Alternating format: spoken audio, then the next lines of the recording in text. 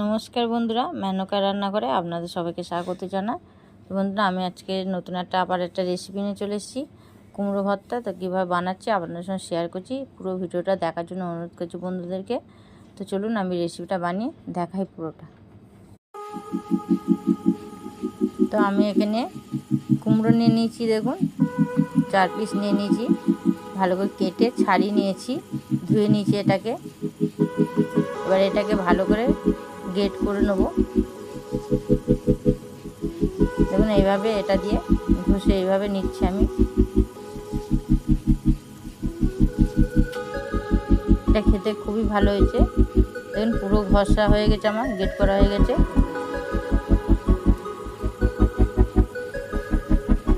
এবার কড়ার মধ্যে তেল দিয়ে দিলাম। তেলটা একটু বেশি দিতে হবে, আর খুব বেশি তেল দিতে হবে না। কালো জিরে দিয়ে দিলাম, পরিমাণ মতন তেল দেবেন। তো কালো জিরে দিলাম একটু ফোড়নে। 2 শুকনো লঙ্কা আমি কেটে নিচ্ছি, এভাবে কাঁচি দিয়ে ভালো করে কেটে নিচ্ছি এটাকে। শুকনো লঙ্কা 2 কেটে দিলাম। একটু রসুন থেতো করে নিয়েছি, 5-6 কোয়া মতন রসুন আমি থেতো করে নিয়েছি। একটু নাড়াচাড়া করে নিলাম। তো এবার পেঁয়াজ দিয়ে দিলাম, একটা গোটা পেঁয়াজ কুচিয়ে দিয়ে দিলাম। তো পেঁয়াজটা একটু ভাজা ভাজা হবে।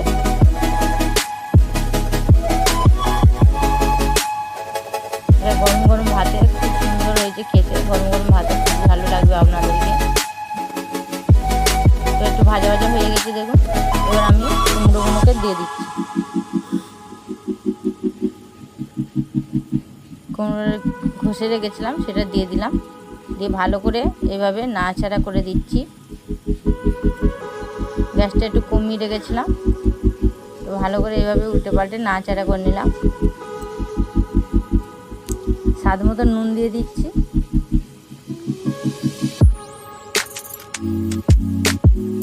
দিয়ে আবার কিছুক্ষণ এভাবে উল্টে পাল্টে নাড়াচাড়া করে নিচ্ছি।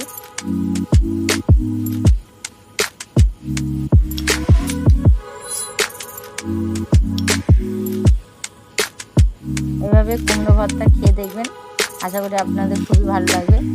তো একটু জিরে গুঁড়ো দিয়ে দিলাম, একটু ধনে গুঁড়ো দিয়ে দিলাম, আর সামান্য একটুখানি হলুদ গুঁড়ো দিলাম। দিয়ে ভালো করে আবার এইভাবে নাড়াচাড়া করে উল্টে পাল্টে ভেজে নেব।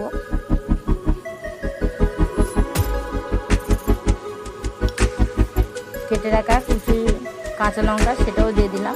আপনারা দিতে পারেন, না দিতে পারেন, ঝালটা যেমন খাবেন ঠিক সেভাবে ঝাল দেবেন। তা দিয়ে এবার এটা আমি ঢাকা দিয়ে কিছুক্ষণ রান্না করে নেবো। দেখুন ঢাকা না খুলে দিয়েছি, এটা হয়ে গেছে, একদম নরম হয়ে গেছে, খুব তাড়াতাড়ি হয়ে যায় এটা। তো ভালো করে এইভাবে নাড়াচাড়া করে নিচ্ছি উল্টে পাল্টে। একদম হয়ে এসছে।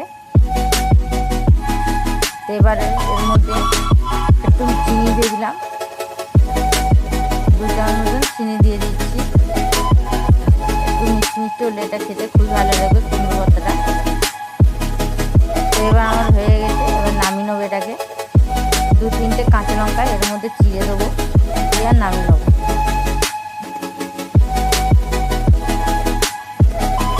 কাঁচা লঙ্কা দিয়ে দিচ্ছি, দিয়ে এবার নাড়ি চাড়িয়ে এটাকে নামিয়ে নেবো।